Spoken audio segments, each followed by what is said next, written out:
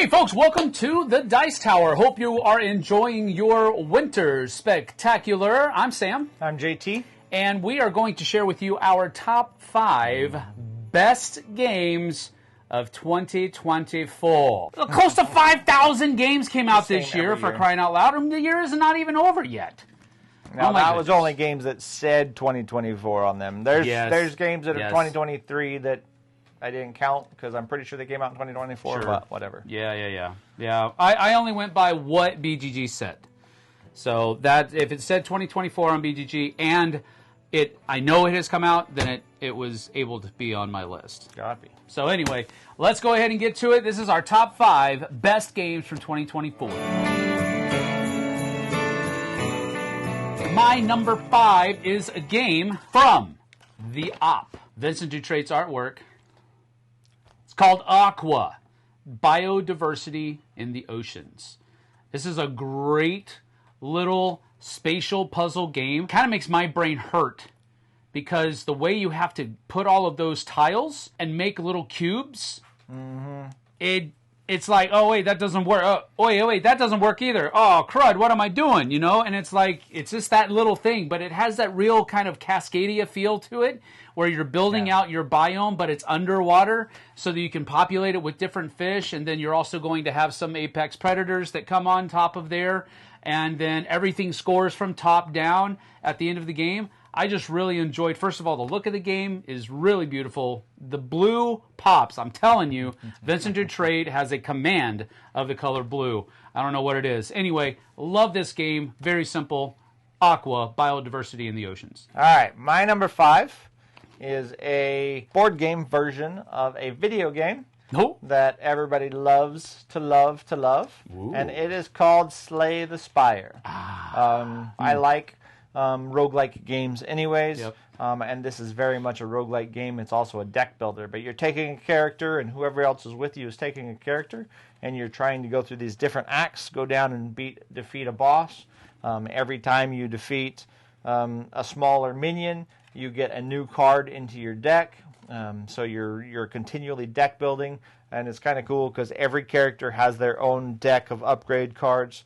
So they're completely different character to character. They all play completely different. That's really cool. The other cool feature is you can upgrade your abilities, and by upgrading them, you're pulling them out of the sleeve, you're flipping them over and sticking them back in, and now they have better properties. But this is such a great game.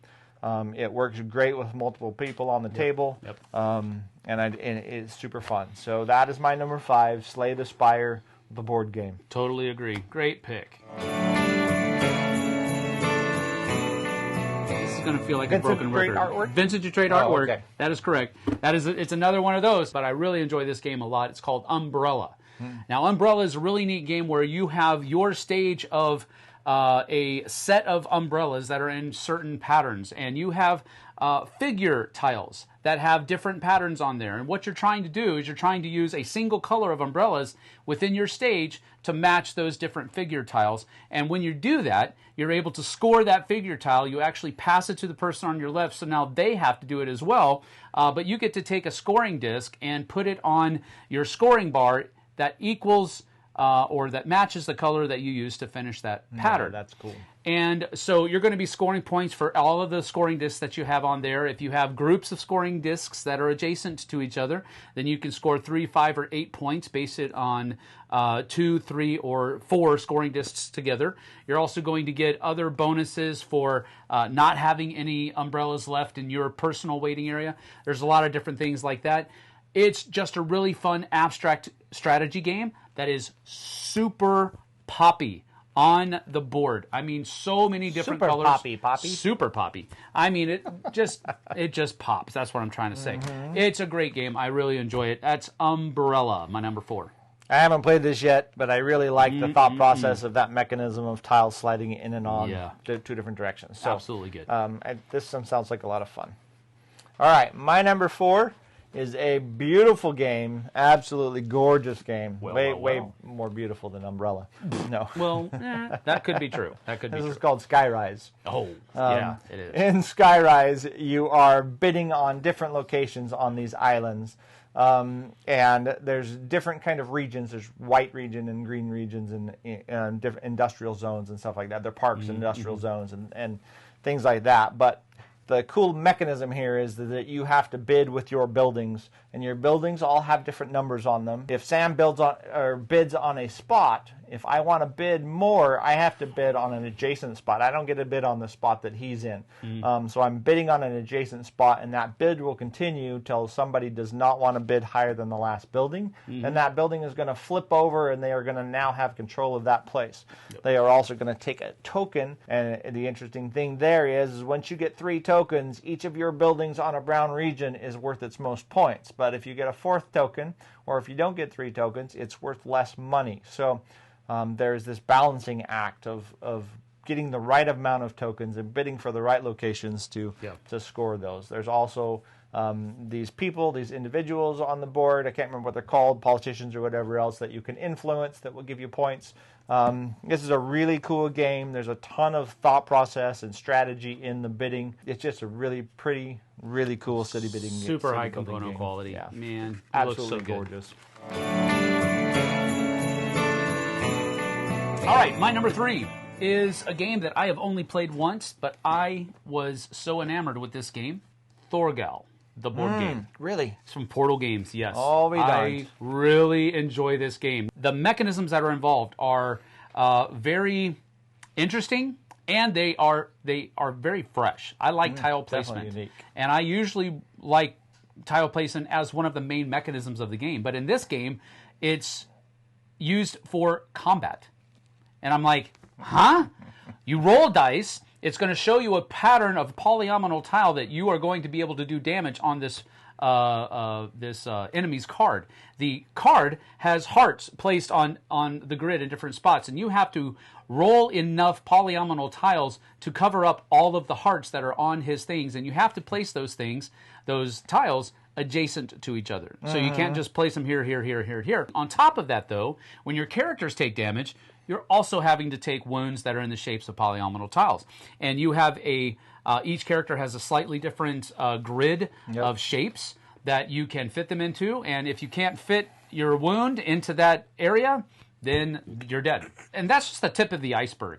There's so many other things. It has a really neat action selection system that you get bonuses depending upon how many actions you've taken to the left of the one that you're taking. It's just a really fun game. I'm enjoying it so much. Wow, I can't believe it jumped up that high. I haven't Loving played this yet, obviously. He didn't let me play with him. He played solo. I told him today.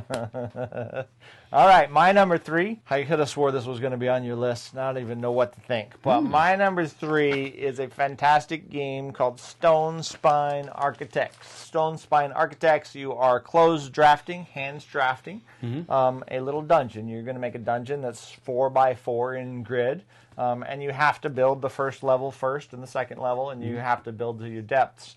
There are multiple objectives in the game, and one of them is to try to connect your entrance and your exit, which are already going to be predetermined for you based on a dungeon card that you're going to get.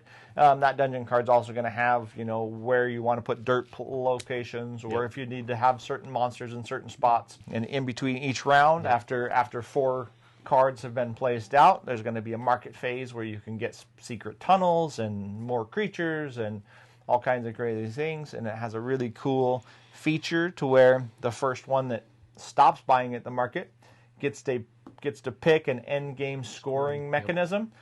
So you're buying your own end game scoring mechanisms. There's just a lot of thought process. It's not a super heavy game, but it's very cute. It's extremely functional, and the mechanics just work together extremely well. So,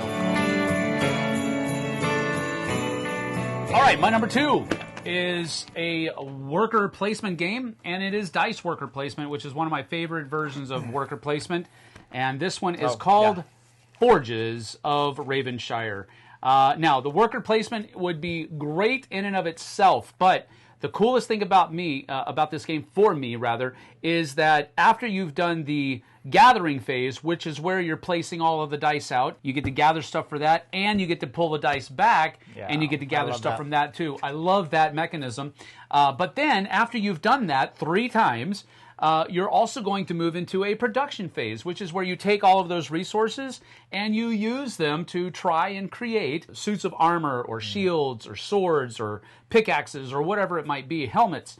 And that's how you're going to be mainly scoring points over the course of the game. It's my number 2 for the year, Forges of Ravenshire.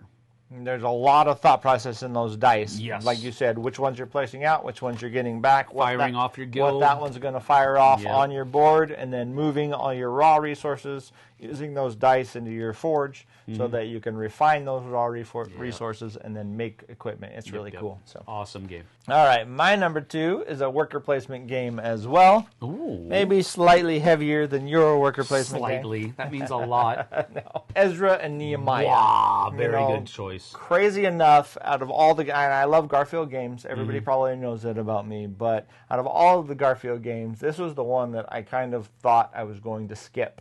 And I'm glad I didn't. I'm extremely glad. In this game, you are basically rebuilding Jerusalem.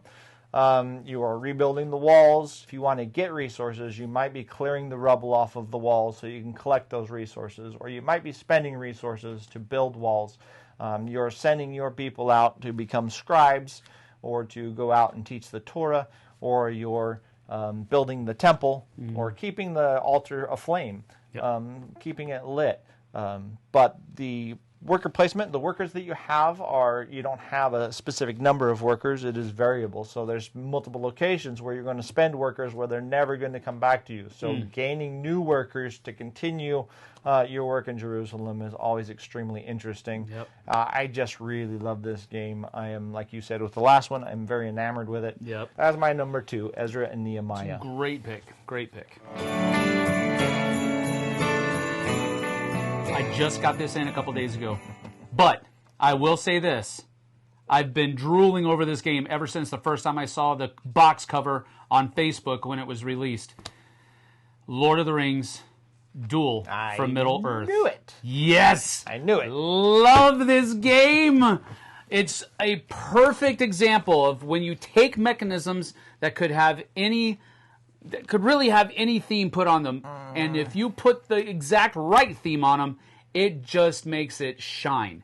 That's exactly what this is. It's a re-implementation. Sue me. I don't care. This is my favorite game from this year. Lord of the Rings Duel for Middle-earth. I loved the pyramid drafting mechanism that Seven Wonders Duel implemented. But I love the area control on this one. I love the mechanism of moving Frodo and Sam towards Mount Doom, all the while they're being chased by the Nazgul. Love that mechanism. I love the alliance mechanism, which I guess replaces the science cards of the other one. It's such a great fit. And my goodness, Vincent Dutrait knocked it out of the park once again. Yes, I know, 3 out of 5. Again, sue me. I don't care. I love this game. My number 1, The Lord of the Rings Duel for Middle-earth. Well, my number 1 is probably no surprise to most people that know who I am and anything about me. And for those of you that don't, well, here you go. It is Andromeda's Edge. No! I'm a huge fan of Dwellings of Eldervale. I love the game to death. And Andromeda's Edge now is not exactly the same as Dwellings of Eldervale. In fact, there are differences in both that I like or dislike a little bit compared to each other. But in Andromeda's Edge, you are going out, you are building these cool little buildings on spaces for points. You're building observatories and obelisks and all of these different things. You're fighting all these cool alien ships. This is such a cool game. It is much more war-orientated or combat focused than Dwellings is. The production is off the charts. The tactics cards in this one are fantastic. The tactic cards make so much a bit of a difference, and they work in so many different phases. And then, as always, it has that recall feature. You're putting your ships out there to do all kinds of things on the board, mostly collecting resources and moons. But then you get to bring them back. You get to recall them back, and when you do, you get to run your engine which is also extremely satisfying. Very satisfying.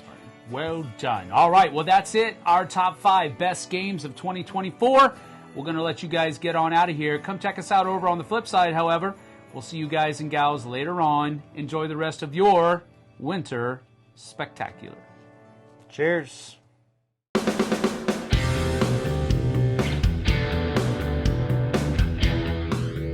Hey folks, thanks for joining us for that video. If you haven't yet, like the video, subscribe to the channel, and hey, make sure you check out what's happening, where I'll cover an app on an iOS or a Switch device, and you can check it out along with me. Thanks very much. You've been watching The Dice Tower.